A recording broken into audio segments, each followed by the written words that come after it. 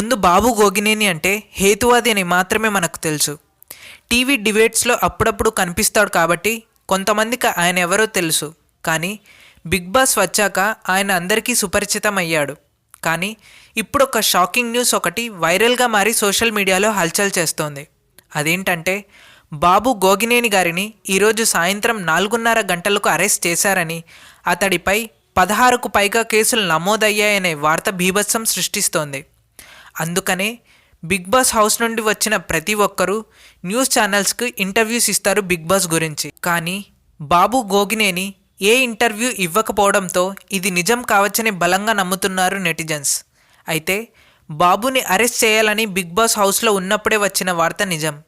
ఇకపోతే బాబుపై ఎందుకు ఇన్ని కేసులు ఉన్నాయంటే హేతువాదం పేరుతో భారతీయుల ఆధార్ కార్డు వివరాలు పరాయి దేశాలకు పంపుతున్నాడట. మనకున్న చట్టం ప్రకారం అలా ఆధార్ వివరాలు వేరే వాళ్ళకి చెప్పటం నేరం.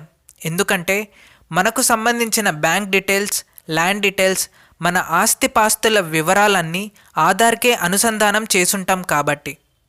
అందుకనే బాబుపై ఇన్ని కేసులు నమోదు చేశారు. ఒకవేళ బాబు గోగినేని చేసింది తప్పు అని తెలిస్తే శిక్ష పడక తప్పదు.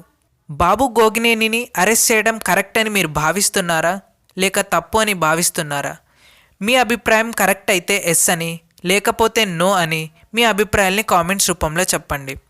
ఈ వీడియో మీకు నచ్చినట్టయితే లైక్ చేసి మన ఛానల్ని సబ్స్క్రైబ్ చేయండి. Thanks for watching.